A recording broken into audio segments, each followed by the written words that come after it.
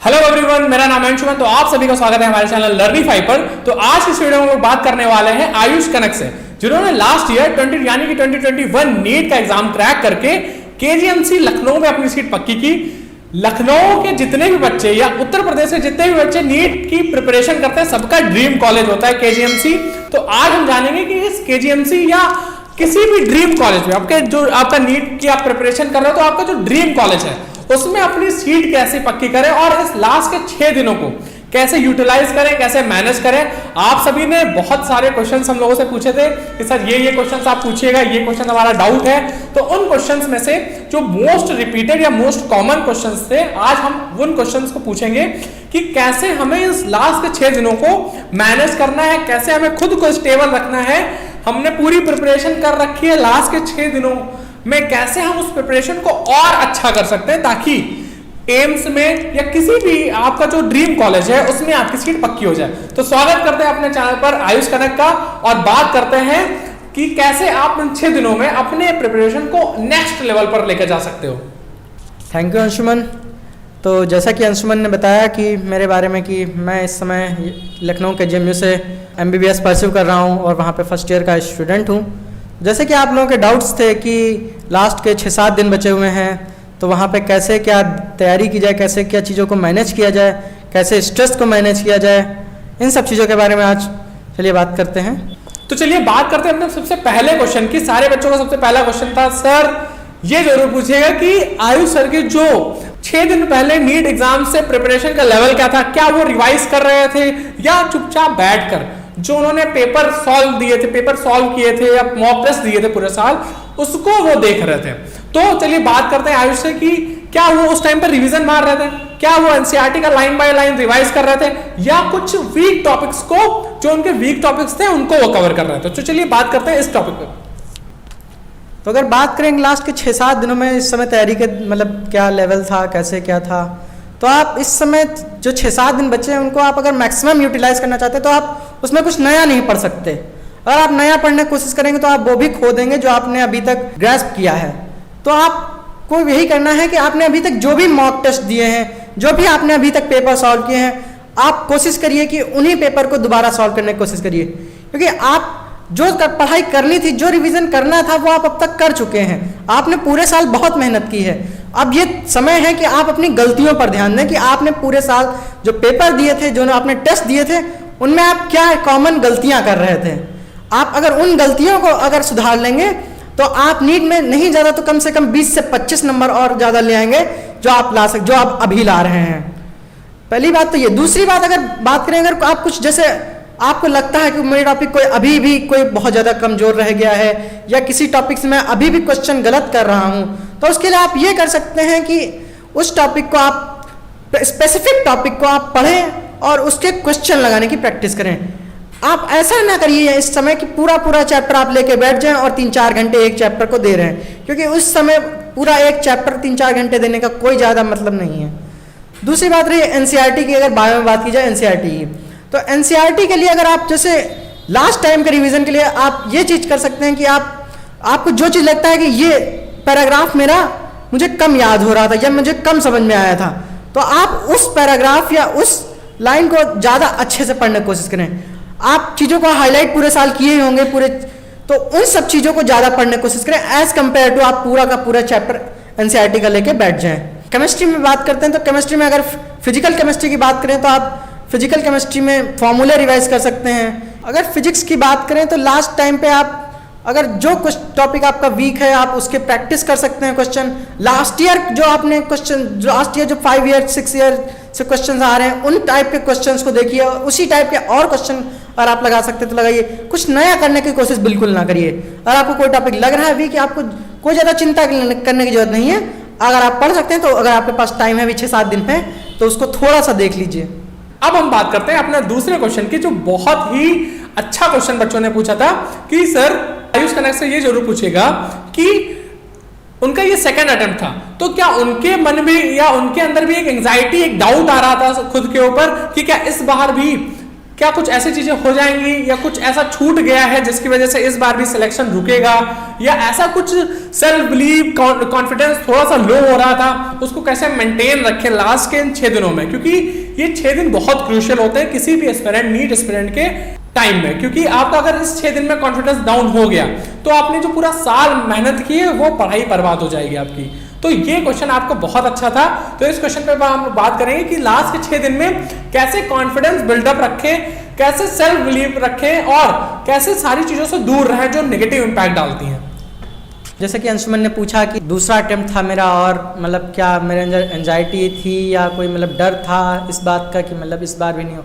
तो ये हर एस्पिरेंट के अंदर चीज़ें होती हैं कि जब एक बार नहीं होता है तो थोड़ा सा डर लगता है कि इस बार भी कहीं ऐसा कुछ ना हो जाए जो मैंने पिछली बार गलतियाँ की थी, ऐसा ना हो कुछ ऐसा हो जाए कि फिर से कुछ दिक्कत हो जाए। तो लेकिन ये सब चीज़ें ज़्यादा सोचनी नहीं है। मैं भी सोचता था, लेकिन इन सब चीज़ों का कोई फ़ायदा नहीं है। आपने अभी तक जो पढ़ा है वही आएगा। आपने अभी तक जो पढ़ाई की, जैसे पढ़ाई की है वैसे अच्छे से अपने ऊपर कॉन्फिडेंस बना के रखिए कि मैंने सब कुछ मतलब कर लिया है। उस समय आपको कॉन्फिडेंस नहीं लूज करना है। उस समय आपको ये नहीं सोचना है कि मेरा होगा कि नहीं होगा। आपको 100% श्योर रहना है कि मेरा तो हो के रहेगा इस बार नहीं होगा तो किस बार होगा, और मेरा नहीं होगा तो किसका होगा। तो इस चीज़ का कॉन्फिडेंस आपको बना के रखना है। और जैसे कि आप लोग देख ही रहे होंगे कि पेपर इस समय जो आ रहा है वो NCERT बेस आ रहा है पूरा। आप कहीं से बाहर पढ़ने की कोई जरूरत नहीं है। आपने अगर पढ़ा भी हो तो अब ज़्यादा उस चीज़ों पे फोकस करने की जरूरत नहीं है। आपने NCERT इतनी बार पढ़ रखी है, आपने सब कुछ पढ़ रखा है, तो उस चीज़ से डरना नहीं है कि अब वहीं बाहर से आ जाए। कहीं से कुछ बाहर से नहीं आने वाला है। आपने जो पढ़ा है, जैसे पढ़ा है वही आएगा सब। आपको कोई ज़्यादा चिंता करने की जरूरत नहीं है।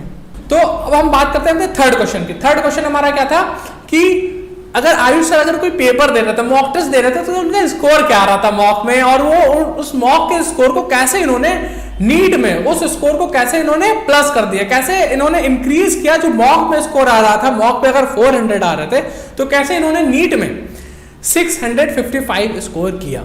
तो ये क्वेश्चन एक बच्चों का था कि कैसे इन्होंने ये काम किया कि जो मॉक में कम नंबर आ रहे थे उसको इन्होंने नीट में कैसे बूस्ट अप कर दिया। ठीक है, तो अब बात करते हैं इस चीज के ऊपर। अगर मॉक टेस्ट की बात करें तो मॉक टेस्ट में मैं कहीं से मुझे जहाँ से भी मुझे पेपर मिल जाते थे, कई रिपीटेड इंस्टीट्यूट से या ऑनलाइन मुझे पेपर मिल जाते तो मैं लगा देता था सबको। तो कभी कभी ऐसा भी होता था कि वो नंबर बहुत कम आ जाते थे, लेकिन उन सब चीज़ों से ज़्यादा लास्ट टाइम पे आपको सोचने की ज़रूरत नहीं है। ऐसा हो सकता है कहीं से आपको बाहर का क्वेश्चन मिल गया हो या कहीं कोई ऐसा क्वेश्चन मिल गया हो जो NCERT में ना दिया हो या आपने ना पढ़ो, तो उससे ज़्यादा सोचना नहीं है। आपको क्या करना है, उस समय कॉन्फिडेंस मेंटेन करना है। लास्ट टाइम पे अगर मैं बात करूं तो मेरा स्कोर वही 550 और 600 के बीच आता था जनरली। कभी कभी इससे डाउन भी हो जाता था, कभी कभी 600 प्लस भी हो जाता था।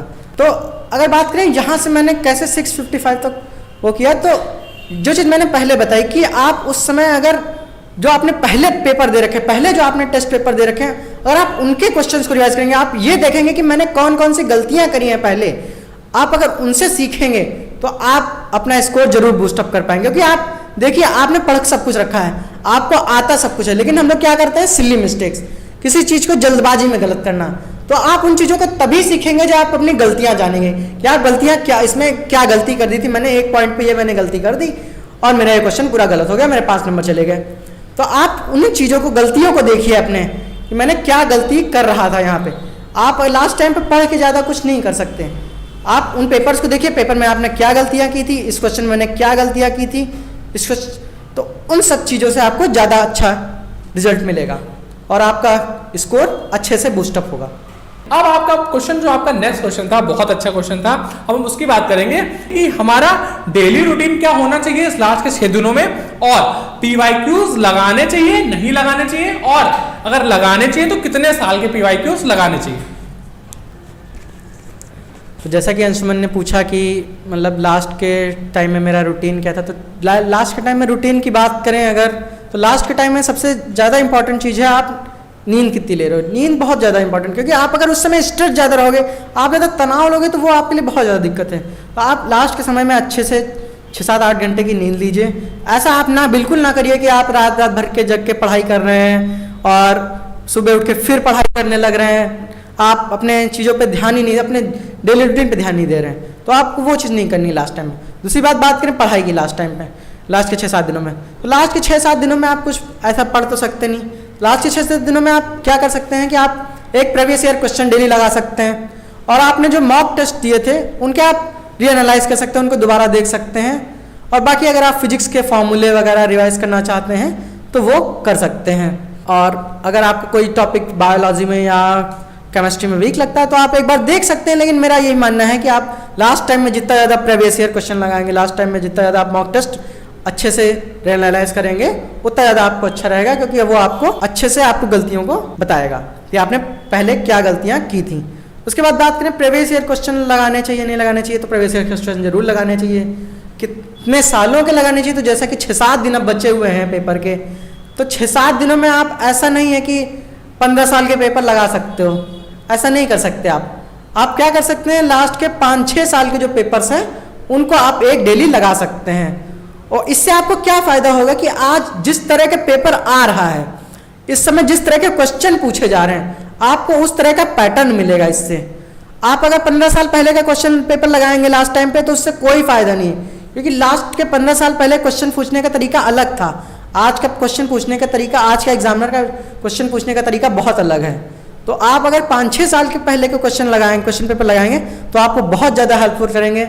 और ऐसा भी बहुत टाइम होता है कि वो क्वेश्चन बहुत से रिपीट हो जाते हैं या उनके कॉन्सेप्ट रिपीट हो जाते हैं, और वो आपको अल्टीमेटली नीट के एग्जाम में बहुत ज़्यादा हेल्प करते हैं। अब आप बात करते हैं हम लोग अगले कुछ क्वेश्चंस की कि अब जब पेपर आया, पेपर के दिन आया, तो पेपर के दिन की क्या अप्रोच थी, क्या माइंडसेट बना रखा था कि भैया कैसे हमें पेपर अप्रोच करना है। और इससे पहले एग्जामिनेशन सेंटर पर जाने तक और एग्जामिनेशन सेंटर में 1 घंटा जो मिलता है आपको बैठने का, उसमें खुद को कैसे मैनेज करना है, खुद के थॉट्स को कैसे मैनेज करना है, जो उल्टे सीधे थॉट्स चलते रहते हैं, जो एंजाइटी होती रहती है, ठीक है, जो एक ऐसा नहीं चुलबुलापन मचा रहता है कि भैया आज क्या होने वाला, तो जो ये चीजें, इसको कैसे कंट्रोल करें हम लोग, ठीक है। तो हम इसके बारे में बात करेंगे कि क्या चीजें हमें बेहद ध्यान रखनी है, कि अगर आपने वो चीजें ध्यान नहीं रखी तो आपका पूरा नीट का पेपर बेकार हो सकता है, ठीक है, और आपको फिर 1 साल मेहनत करनी पड़ेगी। तो क्या वो चीजें होंगी, अब हम उन पर बात करेंगे। तो बात करें अगर एग्जामिनेशन डे की, एग्जामिनेशन डे पे कैसे अप्रोच करें, कैसे क्या रखें, तो सबसे पहली बात है कि उस दिन आपको प्रॉपर नींद के साथ जाना है, प्रॉपर आप सो के जाएं अच्छे से उस दिन। आप इससे आपको क्या होगा, आपका ब्रेन बहुत एक्टिव रहेगा वहाँ पे। अगर उस दिन प्रॉपर नींद लेके गए ना, तो उस दिन फिर सब कुछ बेकार होना है, उस दिन फिर दिक्कत होनी है। तो एक दिन पहले आप अच्छे से रात को 10 बजे सो जाइए, आराम से सुबह 6-7 बजे उठिए, अपना डेली रूटीन अपना जो करते हैं करिए। उसके बाद आपको उस दिन ज़्यादा कुछ ऐसा नहीं खाना है कि डाइजेस्टेबल फूड नहीं खाना जिससे आपको दिक्कत हो जाए। आपको उस दिन हल्का नाश्ता करके जाना है, आप फ्रूट जूस वगैरह ले सकते हैं, आप ड्राई फ्रूट्स खा सकते हैं, ये सब चीज़ें ज़्यादा सही हैं एज़ कम्पेयर टू आप कुछ ऐसी चीज़ें खा लें जो दिक्कत कर जाए। उसके बाद बात करते हैं कितने, मतलब अगर आपका एग्जामिनेशन सेंटर मान लीजिए आपके घर से 10 किलोमीटर दूर है, तो आपको क्या करना है कि आपको कोशिश यही करनी है कि 10:30-11 बजे तक हर हाल में आपको अपने घर से निकल जाना है। 12 बजे से पहले हर हाल में आपको एग्जामिनेशन सेंटर पे पहुंच जाना है। और एग्जामिनेशन सेंटर पे ज़्यादा किसी से बातचीत करने की कोशिश ना करिए, क्योंकि बहुत से लोग होते हैं, बट भाई आपने कितना पढ़ा है, भाई आपने कितना कैसे क्या पढ़ा है, भाई आपने ये पढ़ा है कि नहीं पढ़ा है, वो आप चीज़ें आपको नेगेटिव इम्पैक्ट डाल सकती हैं। तो ज़्यादा कोशिश करिए कि ज़्यादा किसी से ज़्यादा इंटरेक्ट वहाँ पे ना करिए, कोई फ़ायदा नहीं है वहाँ पे। आप अपने आप कोने में आराम से एक कोई बढ़िया पेड़ ढूंढिए, उसके नीचे आराम से बैठ जाइए। उसके बाद क्या करिए, जैसे ही गेट खुले आप जल्दी से एंट्री ले लीजिए। उसके बाद बात ये है, जब अंदर जाते हैं, जैसे 12 बजे गेट खुल जाता है, 1 बजे गेट बंद हो जाता है हमारा। अब वहाँ पे हमें यानी करीब 1 से 1.5 घंटा 2 घंटा बैठना पड़ता है। उस चीज़ को कैसे मैनेज करें, तो उस चीज़ के लिए आपको वहाँ पे दिमाग बहुत ज़्यादा शांत रखना है। अगर आप वहाँ पे ज़्यादा चीज़ें सोचेंगे, याद करने की कोशिश करेंगे, मैंने ये पढ़ा था कि नहीं पढ़ा था, अगर मैंने इस चीज़ का आंसर क्या था, वो चीज़ मैंने पढ़ी थी, उसका कॉन्सेप्ट क्या था, तो वो चीज़ आपको वहाँ पे नहीं करनी। आपको वहाँ पे दिमाग शांत कर रखना है। वहाँ पे आपको क्या करना है, हेड डाउन कर लीजिए, आराम से लेट जाइए थोड़ी देर के लिए। जब पेपर मान लीजिए आपका 1:45 में मिलता है, तो आप 1:30 बजे उठिए, आराम से मुँह धुलिए और फिर से आकर अपनी सीट पर बैठ जाइए। आप पानी यानी वहां पे जरूर लेके जाइए। और हाँ, जिन बच्चों को माइग्रेन जैसी समस्या होती है, बेसिकली आपका पेपर 2 बजे से है, ठीक है, और आपको धूप में पहुंचना होगा एग्जामिनेशन, और most of the examination centres ऐसे हैं जिनके बाहर ना ही पेड़ है ना ही कोई शेल्टर जिसके बाद नीचे आप खड़े हो सकते हो आराम से इस कड़क धूप में। तो आपको क्या करना है भैया, किसी दुकान को ढूंढ ढांड के उसके आसपास आपको वहां पर चुपचाप छाए में खड़े हो जाना है। छांव में खड़े होकर आप इंतजार कर सकते हो, और आप कोशिश करिए आप गार्जियंस के साथ जाइए, पेरेंट्स के साथ जाइए, ताकि आपको किसी चीज की कोई फिक्र ना हो, ठीक है। एकदम बेफिक्र होकर आप एग्जामिनेशन सेंटर पर समय से पहले पहुंचिए। कोशिश करिए हाइड्रेटेड रहिए। डिहाइड्रेशन अगर हो गया तो आपको बहुत समस्या हो सकती है एग्जामिनेशन सेंटर में, ठीक है। आप हाइड्रेटेड रहिए, अपने वाटर बॉटल लेके जाइए, अपना सैनिटाइजर लेके जाइए, मास्क वास्क लेकर जाइए, और धूप से, जिनको माइग्रेन की दिक्कत है वो धूप से बचने की ज्यादा कोशिश करें। तो अब बात करते हैं अपने नेक्स्ट क्वेश्चन की कि सर का पेपर अप्रोच करने का क्या तरीका था। कुछ प्लान बना के गए थे, कुछ स्ट्रेटेजी बना के गए थे कि हाँ मुझे सबसे पहले ये सेक्शन अटेम्प्ट करना है, मुझे सबसे पहले बायो करनी, केमिस्ट्री करनी या फिर फिजिक्स करनी। क्या अप्रोच थी पेपर सॉल्व करने की, ताकि कम समय में हम ज्यादा यूटिलाइज करें, कम टाइम में हम ज्यादा कर सकें, ठीक है। तो क्या उस चीज के लिए क्या हम स्ट्रेटेजी बना के जाएं, ठीक है। तो हम बात करते हैं इस चीज पर। अगर पेपर के लिए बात करें तो मेरी हमेशा से मतलब प्रैक्टिस थी, मैं ऐसे पेपर मतलब सॉल्व करता था कि मैं हमेशा पहले बायो अटेम्प्ट करता था, उसके बाद केमिस्ट्री, देन फिजिक्स। इससे क्या होता था ना कि जैसे मैं बायो में थोड़ा सा जल्दी कर लेता था। बायो में क्योंकि ऐसा होता है ना कि हमें क्वेश्चंस के आंसर पता होते हैं, हमें आंसर ढूंढने होते हैं। केमिस्ट्री फिजिक्स में क्या होता है, हमको आंसर निकालने होते हैं, बायो में आंसर हमें ढूंढने होते हैं। तो हम उन चीज़ों को जल्दी से करके हम अपना टाइम बचा लेते हैं थोड़ा सा। तो अगर बायो केमिस्ट्री मैंने मान लीजिए जल्दी पहले कर ली, तो मान लीजिए अगर मैंने 1 घंटे 45 मिनट या 1 घंटे 50 मिनट में, तो मेरे पास फिजिक्स के लिए अच्छा खासा टाइम भी बच गया। उसके बाद क्या है ना, मेरा 540 नंबर का पेपर मैंने सॉल्व कर लिया है। उसमें आपने जितने सही है वो बात अलग की है, लेकिन आपने 540 नंबर का अटेम्प्ट कर लिया है। अब ये आपकी चिंता खत्म हो गई कि यार मतलब मेरे आप क्वेश्चन छूट रहे हैं, ये चीज़ आपकी चिंता खत्म हो गई। उसके बाद देन आप फिजिक्स पे जाइए। वैसे बहुत से लोगों की अलग भी अप्रोच होती है, हमारे जैसे कई दोस्तों की थी, वो पहले फिजिक्स अटेम्प्ट करते थे, क्योंकि वो भी चीज़ सही है कि वो लोग, उन लोगों का ये मानना था कि मतलब फिजिक्स जैसे कि टफ होती है, और हम जब पेपर करना स्टार्ट करते हैं ना तो सबसे ज़्यादा ब्रेन हमारा तभी एक्टिव होता है, और धीरे धीरे करके ब्रेन थोड़ा सा हमारा धीरे धीरे कम एक्टिव होता जाता है। तो अगर हम पहले, जैसे हमारे फिजिक्स हमारी कमजोर है तो फिजिक्स पहले अटेम्प्ट कर लेंगे, तो वो भी चीज़ सही है। अलग अलग लोगों का अलग अलग मानना होता है, पर मेरी हमेशा से अप्रोच यही रहती थी कि मतलब पहले बायो अटेम्प्ट किया जाए, फिर केमिस्ट्री किया जाए, फिर फिजिक्स किया जाए। तो जैसे आपने सुना कि जो क्वेश्चन अप्रोच करने का, जो क्वेश्चन पेपर अप्रोच करने का जो तरीका है कि हमें बायोलॉजी सेक्शन सबसे पहले देखना, देन केमिस्ट्री, देन फिजिक्स, ये मोस्ट ट्रस्टेड और मोस्ट हेल्पफुल तरीका है बेटा। आज तक जितने भी बच्चे अच्छे रेप्यूटेड कॉलेज में हैं, जीएमसीज में है या आपके एम्स में है, वो सारे बच्चे इस तरीके को जरूर फॉलो करते हैं, क्योंकि आपको कम समय में आपका पेपर का आधे से ज्यादा पोर्शन सॉल्व हो चुका होता है, आपके आधे से ज्यादा मार्क्स सिक्योर हो चुके होते हैं। बस आपको अब थोड़ी सी मेहनत और करनी है और आपकी एक सीट पक्की, ठीक है। तो ये तरीका आप बिल्कुल मत भूलिएगा, आप इस तरीकों को ट्राई कर सकते हैं अगर आप फ्रेशर हैं, ठीक है। और रिपीटर को तो पता ही होगा कि उसको कैसे प्रिपेयर करना है, ठीक है। अब बात करते हैं कि क्या पेपर करने के टाइम में कोई ऐसा पॉइंट आया था कि जहां पर आयुष को लगा कि नहीं यार इस बार भी थोड़ी सी समस्या हुई, तो क्या कोई ऐसा पॉइंट था कि जहां पर थोड़ा सा मोरल डाउन हुआ? तो बात करेंगे इस चीज पर। अब अगर इस बारे में बात करें तो मेरे साथ भी ऐसी एक दिक्कत हुई थी जब मैं फिजिक्स सेक्शन सॉल्व कर रहा था। जब मैं अपनी बायो सॉल्व करके, केमिस्ट्री सॉल्व करके मैं फिजिक्स सेक्शन में पहुंचा, तो मेरे साथ ऐसा हुआ कि मैं शुरुआती 4 क्वेश्चन लगाए और वो चारों क्वेश्चन नहीं लगे। ऐसा नहीं था कि वो क्वेश्चन नहीं आते थे या मैंने पढ़े नहीं थे, लेकिन उस समय ऐसा हो सकता है कि मैं एंजाइटी की वजह से, किसी ऐसी वजह से या तनाव की वजह से मैं नहीं लगा पाया। फिर मैंने क्या किया, थोड़ा आराम लिया, थोड़ा पानी नहीं पिया, थोड़ा सा देर रुका, उसके बाद मैंने सेक्शन ए में गया और सेकेंड क्वेश्चन से स्टार्ट किया अपना क्वेश्चन, और फिर मैं लगातार गया, और वो जो 4 क्वेश्चन नहीं लगे थे मैंने वो भी क्वेश्चन लगा लिए। तो ऐसा नहीं हो सकता कि आप मतलब 3-4 क्वेश्चन नहीं लगे तो आप वहाँ पे बहुत ज़्यादा सोचने लगे, बहुत ज़्यादा डिप्रेस्ड हो जाए, वहाँ पे आपका मोरल वहाँ पे बहुत ज़्यादा डाउन हो जाए, ऐसा कुछ नहीं सोचा। आप उठिए, थोड़ा सा आराम करिए, पानी पीजिए और फिर से शुरुआत कीजिए। वो क्वेश्चन नहीं हुए तो दूसरे क्वेश्चन से शुरुआत करिए, लेकिन शुरुआत करिए। आप जब वो क्वेश्चन लगाने लगेंगे, अलग अलग अदर क्वेश्चन लगने लगेंगे, तो आप एक टाइम जब वो जो क्वेश्चन आप नहीं लगा पाए थे आप वो भी क्वेश्चन लगा डालेंगे फिर से। तो आप ऐसा कर सकते हैं। मैंने भी साथ ऐसा हुआ कि मतलब जब फिजिक्स से 4 क्वेश्चन नहीं लगे तो बहुत ज़्यादा मुझे लगा यार कहीं दिक्कत ना हो जाए कुछ, अब तो थोड़ा सा दिक्कत लगी थी। लेकिन ऐसा दिक्कत नहीं लेनी है, मतलब कि अगर 2-4 क्वेश्चन नहीं लग रहे हैं तो उसके लिए ज़्यादा चिंता की जरूरत नहीं है। पानी नहीं पीजिए, थोड़ा सा रेस्ट करिए, फिर आराम से शुरू करिए। आपको गिव अप वहाँ पे 3 घंटे जब तक आप है वहाँ पे ये समझिए आपके पास वो 3 घंटे सबसे क्रूशियल टाइम है आपके पास, सबसे मतलब जो आपके सबसे इम्पॉर्टेंट टाइम है आपका लाइफ का, क्योंकि वहाँ आप अगर अच्छे से कर लेंगे ना तो आप सीधे MBBS की सीट के लिए जाएंगे। तो चलिए बात करते हैं हम लोग अपने आखिरी क्वेश्चन की कि क्या वो अहम टिप्स हैं या क्या वो अहम बातें हैं जो आप सभी को ध्यान रखनी चाहिए as a NEET aspirant, as a NEET candidate, जिससे आपकी जो सीट है, आपका जो नीट 2022 का जो पेपर है वो बहुत अच्छा हो।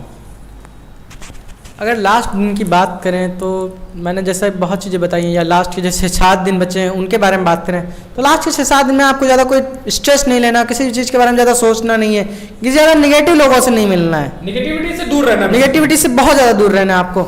आप सोशल मीडिया से काम करिए, सोशल मीडिया अगर आप यूज़ कर रहे हैं तो थोड़ा सा इस समय के लिए बंद कर दीजिए, क्योंकि आप अगर मान लीजिए कि ऐसी चीज़ देख ली या कोई ऐसी चीज़ आपको थोड़ा सा बुरी लग गई तो आप थोड़ा सा चीज़ों के बारे में सोचते रहेंगे। तो बेकार की चीज़ें ना सोचनी है, ना लास्ट के दिनों में बेकार चीज लोगों से मिलना है।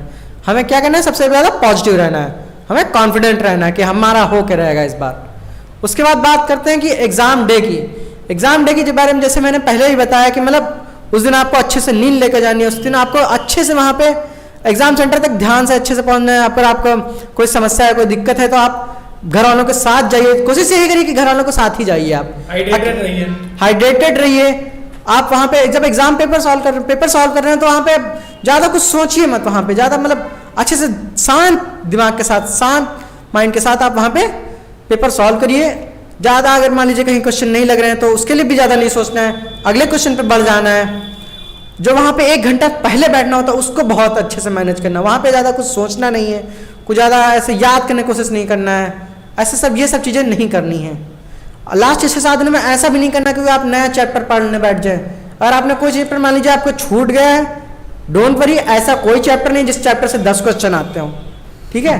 तो आप उस चैप्टर को छोड़ भी सकते हैं, वो भी आप कर सकते हैं, लेकिन ऐसा नहीं करना आप उस एक चैप्टर को पढ़ने के चक्कर में आप अपना पूरा जो आपने पढ़ के रखा है वो सारी मेहनत बेकार कर लें। ये 6-7 दिनों में आप यही करिए 6-7 दिनों में कि आपने जो पेपर लगाए हैं वही आप लगाते रहिए, फिर से आप प्रीवियस ईयर क्वेश्चन देखते रहिए, अच्छे से प्रॉपरली नींद लेते रहिए और स्ट्रेस बिल्कुल ना लीजिए, पॉजिटिव रहिए और एग्जाम डे पे एकदम शांत रहिए, अपने दिमाग को बिल्कुल शांत रखिए। मतलब एकदम आपको स्ट्रेस फ्री रहना है, आपने जितनी मेहनत की वो सारी काम आएगी। Be confident, believe in your self, सब कुछ करना है बेटा। जो आपने इतने दिन से करा, जो इतने दिन की आपने मेहनत की वो सारी काम आएगी। आपने बहुत सारे लोगों की वीडियोस देखी, बहुत सारे लेक्चर्स देखे, सब कुछ किया, तो सब कुछ अब काम आएगा 17 जुलाई को, ठीक है? 17 जुलाई तक एकदम निगेटिविटी से दूर रहिए, सारी चीजें आपके फेवर में होंगी, क्वेश्चन आपके फेवर में होगा, क्वेश्चन पेपर आपके फेवर में होगा। बस अपना अप्रोच जो आपने देखा सुना वैसा रखिएगा। आप उस तरीके से 1-2 प्रीवियस ईयर अटेम्प्ट करके देखिए, अगर वो अच्छा लगे तो आप उसी अप्रोच के साथ पेपर अपना अटेम्प्ट करिए। तो आज की इस वीडियो को हम लोग यहीं पर एंड करेंगे। तो all the very best to all NEET aspirant जो कि इस बार नीट 2022 का पेपर देने वाले हैं। आपको बहुत बहुत शुभकामनाएं, आप अच्छा पेपर करेंगे, आप अपने पे विश्वास रखिए और ज़्यादा कुछ सोचने की जरूरत नहीं है, कुछ भी ज़्यादा ऐसा सोचने की जरूरत नहीं कि कहीं से कुछ आएगा।